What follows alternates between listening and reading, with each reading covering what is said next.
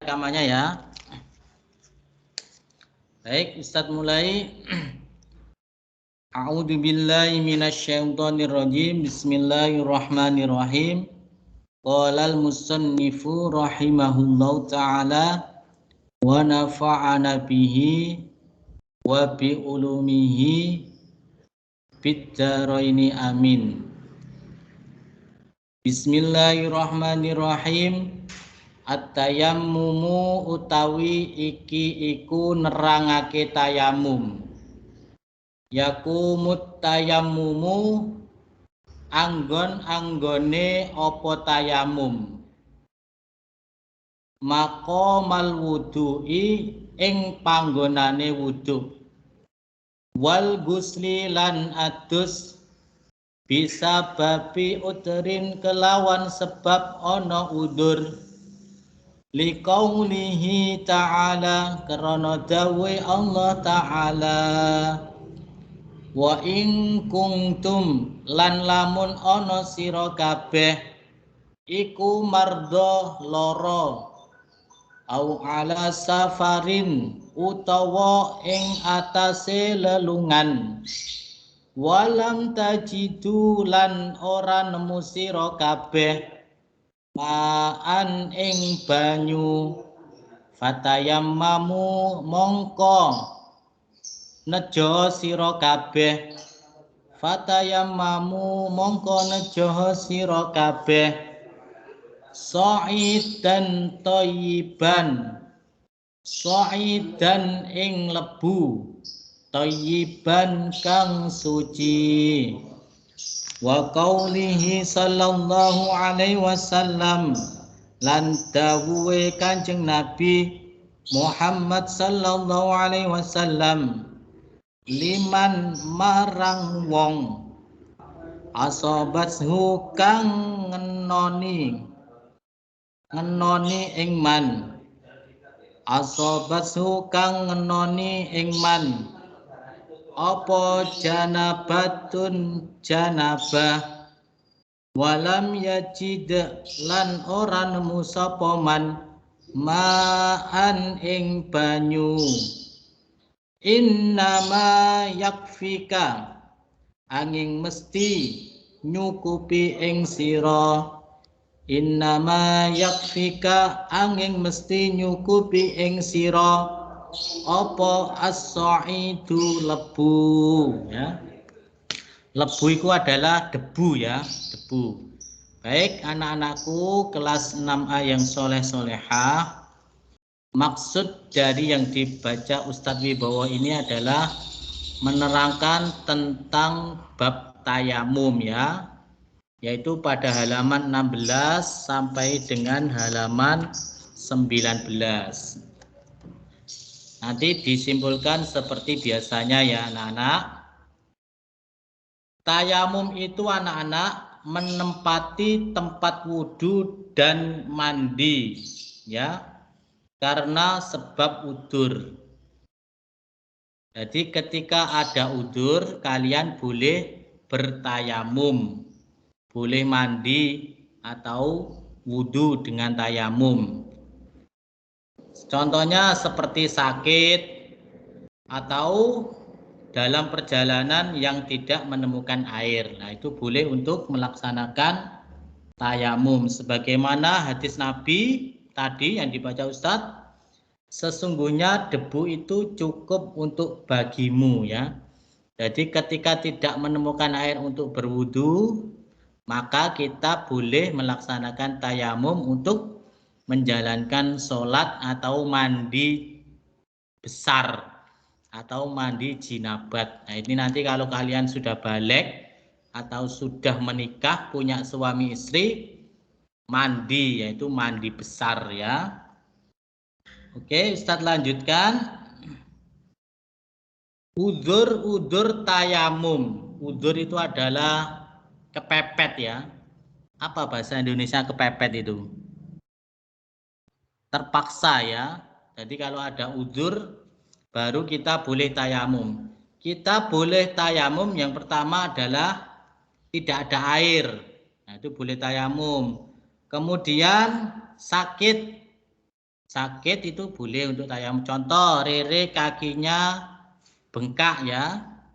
Khawatir nanti kalau berwudu nanti tambah nggak sembuh-sembuh bengkaknya, maka Rere boleh tayamum. Kemudian yang ketiga, masuk sholat. Jadi ketika tidak ada air, sakit, dan sudah masuk sholat, kok kalian itu mau berwudu tidak bisa, maka boleh bertayamum. Jadi tayamum itu boleh dilaksanakan ketika tidak ada air, ketika sakit, dan sudah masuk waktu sholat. Nah, ketika ketiga-tiganya ini tidak ada, maka tidak boleh tayamum. Contoh, ada air, berarti tidak boleh tayamum. Atau kalian sehat walafiat, maka tidak boleh tayamum. Atau belum masuk sholat, jadi jam 10 pagi, duhurnya jam 12, robit sudah tayamum untuk melaksanakan sholat duhur ya, tidak boleh ya, nunggu dulu waktu duhur. Allahu Akbar, Allahu Akbar. Nah, baru tayamum ya. Oke, Ustadz lanjutkan. Fardunya tayamum atau rukun tayamum ya. Satu, niat. Ya, harus niat. Ya, sama kayak wudhu. Usolli nawaitul wudu'a ya. Tayamum juga sama ya. Ada niatnya. Kemudian yang kedua, debu yang suci. Debunya harus suci. Kalau debunya dekat kandang sapi, ya mesti najis ya. Punya kandang sapi anak-anak. Atau debunya dekat kandang burung. Mungkin di rumah ada burungnya ya. Atau dekat apa gitu. Nah, itu pokoknya debunya harus suci. Kemudian yang ketiga, rukunnya mengusap wajah dan dua tangan. Wajah dan dua tangan, ini rukunnya ya. Kemudian yang keempat, memindah debu pada anggota yang dibasuh. Jadi setelah memegang debu di tembok, plek, langsung dipindah ke tangan seret. Nah, tapi muka dulu ya. Jadi tayamum itu yang dibasuh adalah mukanya dan tangannya, kakinya nggak usah. Ya, cuma wajah dan tangannya ya. Sampai kedua siku, itu tayamum. Oke, Ustadz lanjutkan ya. Kemudian perkara-perkara yang membatalkan tayamum. Yang pertama itu adalah sama dengan yang membatalkan wudhu. Jadi tayamum itu batal sama dengan yang membatalkan wudhu. Apa yang membatalkan wudhu? Yang paling terkenal apa? Mita kentut. Ya, itu paling terkenal. Mita kentut. Nah, itu terkenal ya. Semuanya paham ya. Kentut itu membatalkan wudhu, termasuk tayamum. Bersentuhan, Rere, demek, ovi, maka tayamumnya menjadi batal.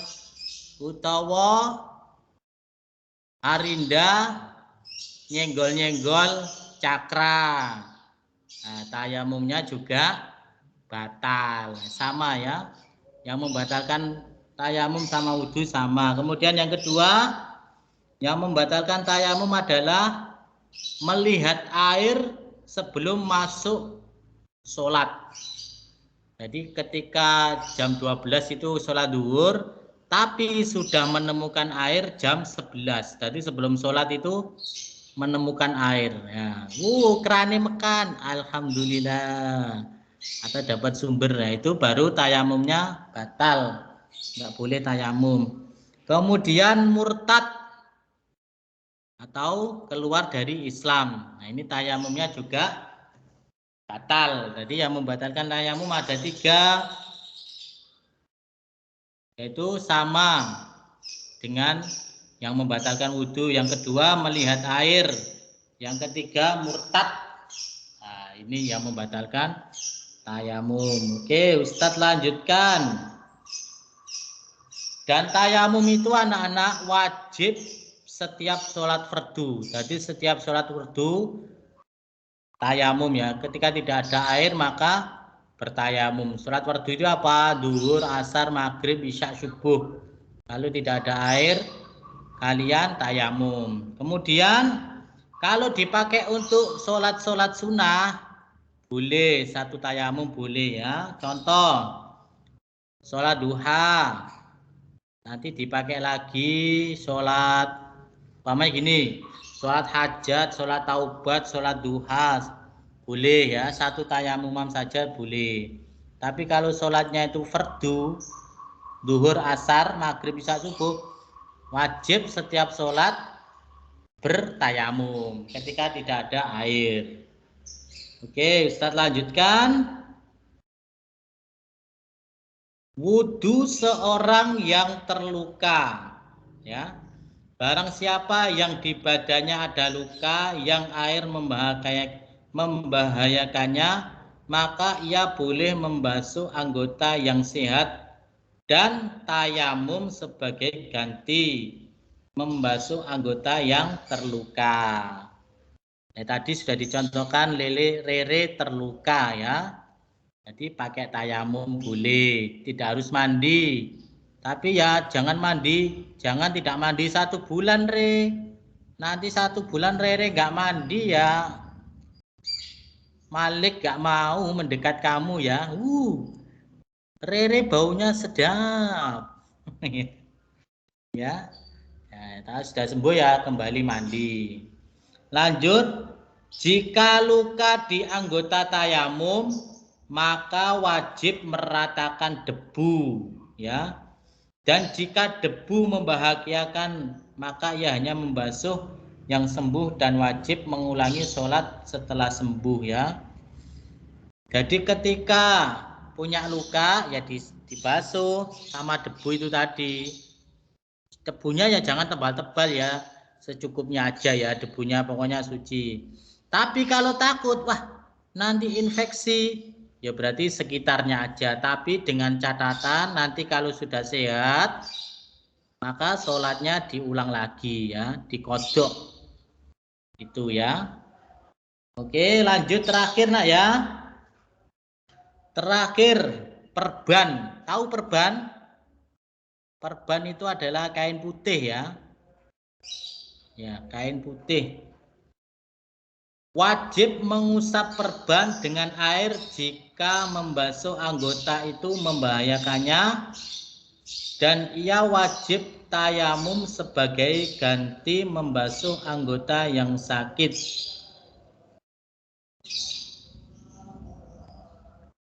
Jadi ketika kamu ada luka di perban, kan kamu takut ya, maka yang dikasih usapan dengan air itu ya perbannya saja ya, perbannya diusap dengan air, kemudian wajib tayamum sebagai ganti membasuh anggota yang sakit ya. Baik, itu anak-anak, itu adalah singkat ya, penjelasan singkat Ustadz Wibowo terkait dengan tayamum ya. Yang penting di sini adalah ketika kalian sakit yang tidak mau berteman dengan air sakitnya, maka boleh tayamum. Atau kalian bepergian tidak ada air, boleh tayamum ya. Atau sakit bepergian, tapi diingat harus niat. Dan nanti kayak Ustadz kemarin itu pas umroh ya, Ustadz umroh itu kan perjalanannya jauh ke Arab sana itu. Nah Ustadz itu tayamumnya di pesawat, sholatnya di pesawat sambil duduk. Nah itu nanti bisa dibuat bekal kalian untuk bepergian. Oh dulu saya ingat disampaikan oleh Ustadz Wibowo, gini ya, ketika tidak menemukan air boleh tayamum. Baik anak-anak, sebelum Ustadz lanjutkan, Ustadz matikan dulu rekamannya, nanti yang tidak mengikuti atau belum paham boleh melihat YouTube-nya Ustadz ya.